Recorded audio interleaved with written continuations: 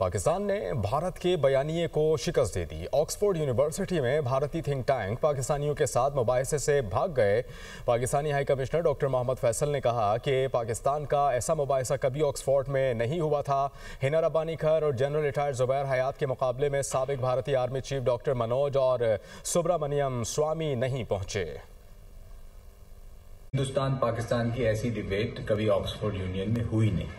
ہم سے پوچھا گیا، ہم نے کہا ہم تو ہمیشہ تیار ہیں کسی بھی علمی بحث اور مباحثے کے لیے جو دلیل پہ بیسڈ ہو، تو ہم نے اس پہ ایگری کر لیا اور پھر ہم نے اسلام آباد رابطہ کیا۔ جنرل زبیر حیات صاحب کا نام دیا گیا اور ہنا ربانی کھر صاحبہ۔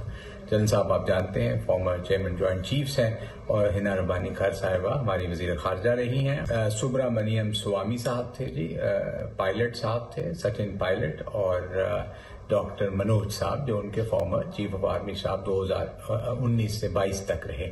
آج صبح ہمیں بتایا گیا، آکسفورڈ یونین سے پتا چلا کہ وہ انڈین تو آئے نہیں، وہ بیک آؤٹ کر گئے۔ وجہ نہیں بتائی گئی کہ کیا ہے۔ اب سوشل میڈیا پہ بہت سارے ریزنز بتائے جا رہے ہیں، لیکن ہمیں ابھی تک کنوے نہیں ہوا۔ موضوع یہی تھا کہ ہندوستان جو اپنی سیکیورٹی پالیسی گردانتا ہے، بتاتا ہے، فورن پالیسی بتاتا ہے، وہ اصل میں فورن پالیسی نہیں ہے، وہ ایک پاپولسٹ اسٹریٹجی ہے، ووٹ لینے کی ایک اسکیم ہوتی ہے۔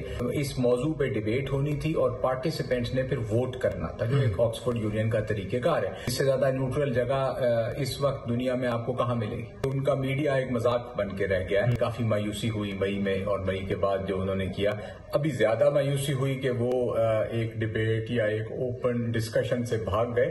ہم اس کے لیے پوری طرح تیار تھے، ہم تیار ہیں۔